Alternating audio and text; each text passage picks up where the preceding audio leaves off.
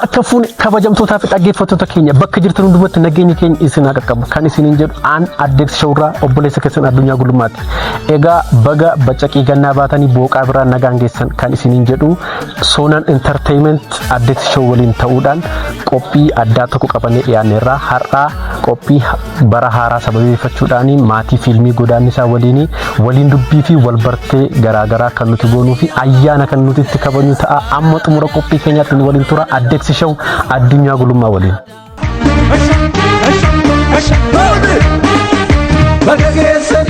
Egaan kabajamtootaa fi hordoftoota keenya akkuma jalqaba irratti isiniif yaallee qophii addaa akka qabnu gurra isin buusnee turre har'a bara haaraa sababeeffachuudhaan ayyaana kabajaa akka jirru dabalataa maatii fiilmii godaannisaa waliin turtii kan waliin taasisnu ta'a. Jalqaba irratti sagantaa keenya eebbaan kan nuusaa kan nu gidduu jiru isaan eebbaan nu banuu Gammadaa Jaalataa fi Tokkichoo Taayyee asbaani sagantaa keenya eebbaan nu banuu.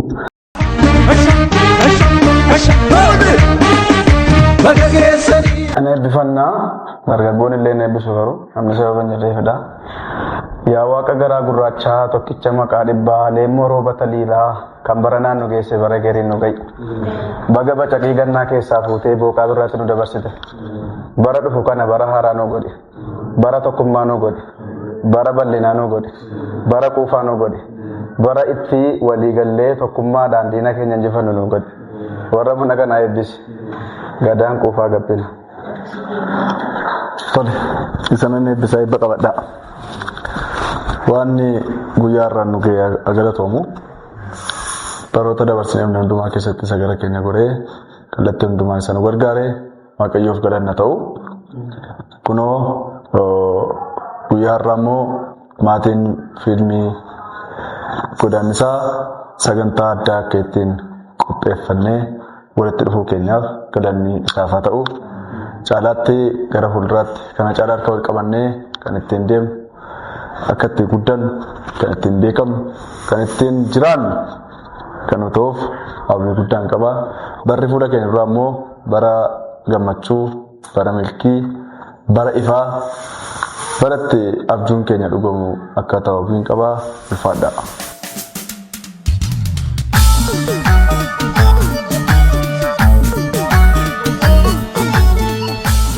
Egaan kabajamtootaa fi hordoftoota keenya akkuma jalqaba argitanii qophii keenya eebbaan banannee jirra.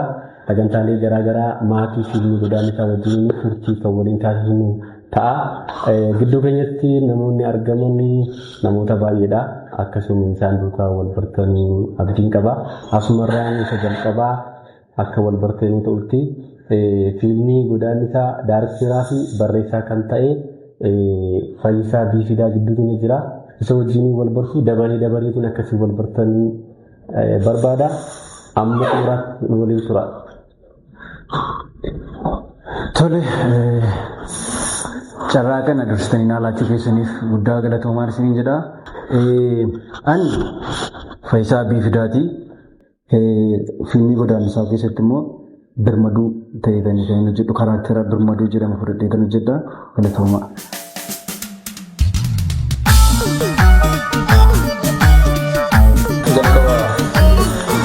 Geessan jecha maqaan kun Geetuu Dirribaa jedhama. Godaannisa keessatti 16 ta'ee kan hojjedhu. Galatooma. Hundi keessanuu galatooma. Baga bacaqii gannaa baatanii booqaa birraatti ceetanii jechuu barbaada.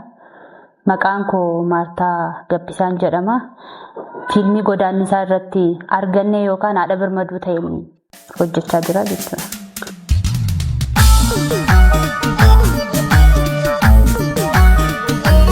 Ayyaana bara haaraa 2018 baga keessan isiniin jecha maqaan koo Amaanu'eel Idris jedhama.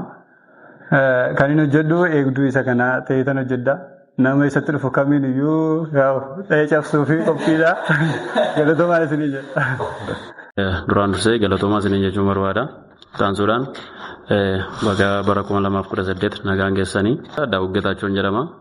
Fiilmii godaannisaa kana keessatti immoo maqaan taatummaa koo Gumaan jedhama jechuudha. Carraa kana waan alattaniif galatoomaa. Baga bara 2018 nagaan geessan isiniin jecha maqaan koo Gammadaa Jaalataan jedhama. Fiilmii godaannisaa keessatti taatummaadhaan maqaan taatummaa kootii kallattiidha. Ulfaadha. Egaa baga uummanni Oromoo barmaatti uummanni addunyaa martiyyuu baga bara haaraa kana keessan isiniin jecha ani maqaan kiyyaa Fedhasaa Asiraatiin jedhama. Maqaan taatummaa kootii immoo Tufaadha. Dhugduu ta'een hojjedha. Galatooma. Duraan dursa uummanni Oromoo hundumtuu baga bara 2017 keessa 18tti dabartan isiniin jedha. Maqaan koo Tokkichoo Taayyeen jedhama. Fiilmii godaannisaa keessatti Taatoo Abbaayee jedhamuun inni hojjedha. Galatooma.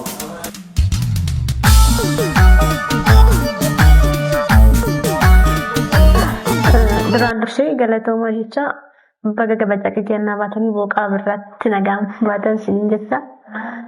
Maqaan koo inni sirriin Siifan Naggasaan jedhama.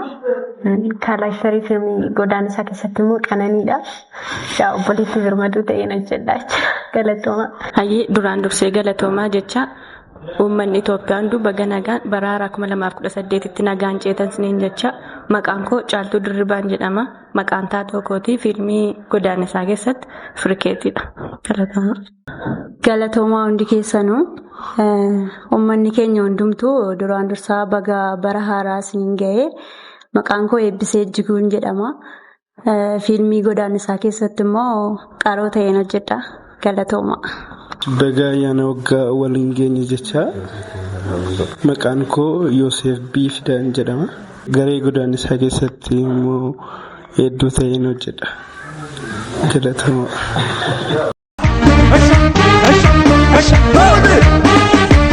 Egaan kabajamtootaa fi daawwattoota keenya akkuma argaa turtanii qophii wal bartii gooneeti kan nuti jiru.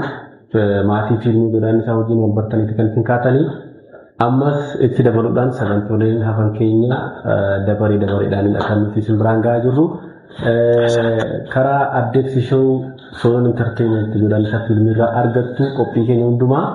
Kanaaf itti dabaluudhaan kunoo qophii tokko qopheessineetu kan nuti jirru ayyaana wajjin kan wal qabatu dhugaatii qopheeffannee daaboo qopheeffannee buna dhugaadha kan nuti isin wajjin dabarsaa jirru. Kallattii maanii gara daabboo muruutti kan nuti dabarru sagantaa daabboo muruu qabna. Daabboo kan muranii dargaggoo Gammada Jaallataati. As baanii daabboo kan muruu achi aasuudhaan wantoonni fuuldura keenya jirtu kun jirti ishee uunachaa buna irratti daddabalachaa isin guutaa turra. Addeeksi shoo yeroo hundumaa isin waliin kan jirudha. Hordofaan affeerraa keenya.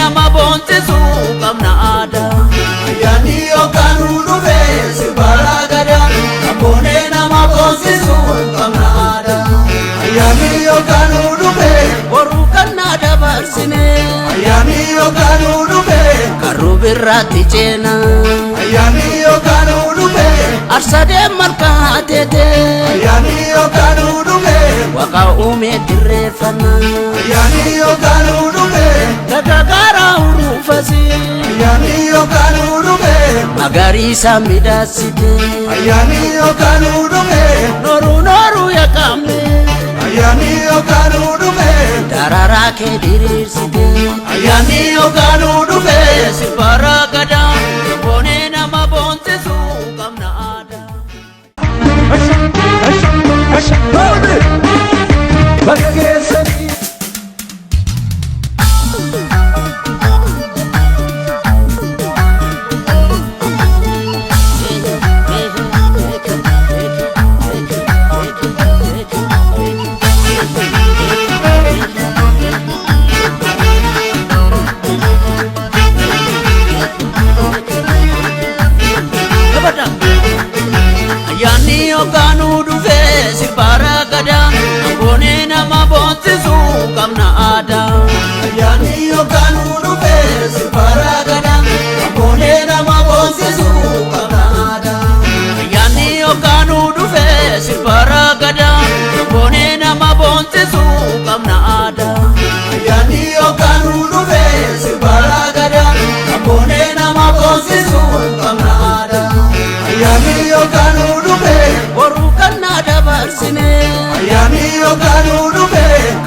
birraatti ceena ayyaanni yookaan dhufe arsadee malkaa teete ayyaanni yookaan dhufe waqa uumee dirreeffanna ayyaanni yookaan dhufe dagagaaraa urufasi ayyaanni yookaan dhufe magariisa midhaasite ayyaanni yookaan dhufe nooru nooru yaqaamne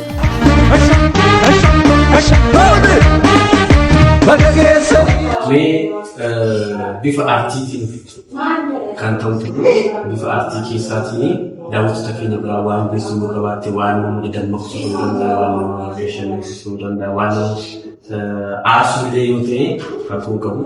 Mee waan daawwattoota keenya biraa waan barbaadde gabaabsee waan Galatoomii ana egaa waloodha.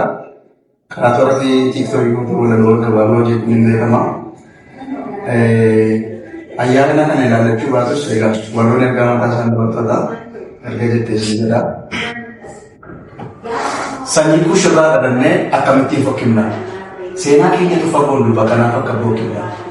Nuti warra futtaasee dabbachuun baraacha diinaa ture. Warra eeguuf gaachanaa tasaasa qolaa ture. Nuti warra durii kaasee bakka kana jiraatu. Warra dhungoof caccabsaa gargaraaf ganama nyaatu. Qe'ee daangaa keenya iyyuu alagaatu nuuf eega. Gadhee waa'ee keenya hin beektu addunyaatu nu beeka. Seenaa keenya godhaniiru seenaa sirrii bitaachee addunyiitti irraa kanaaf iyyuu nu diimokiraasii gumaachee. Qaamqeen bilisummaa qabsiisuuf warri nuuf baasan turre akka Oromoon baduuf ni kaayyoon isaanis kanan turre. Warra waanjoo garbummaa dugda Oromoo irraa dhiige. Warra Oromiyaaf jecha lafeen isaanii cabee dhiigni isaanii dhiige.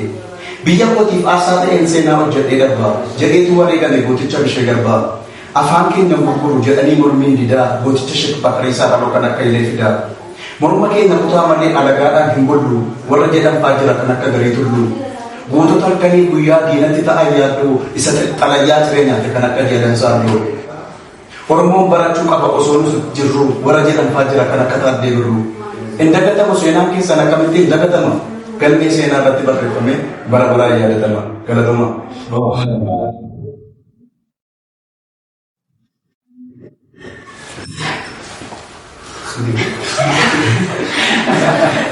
Waan baay'ee namatti toluu fi yaada keenya fuudhee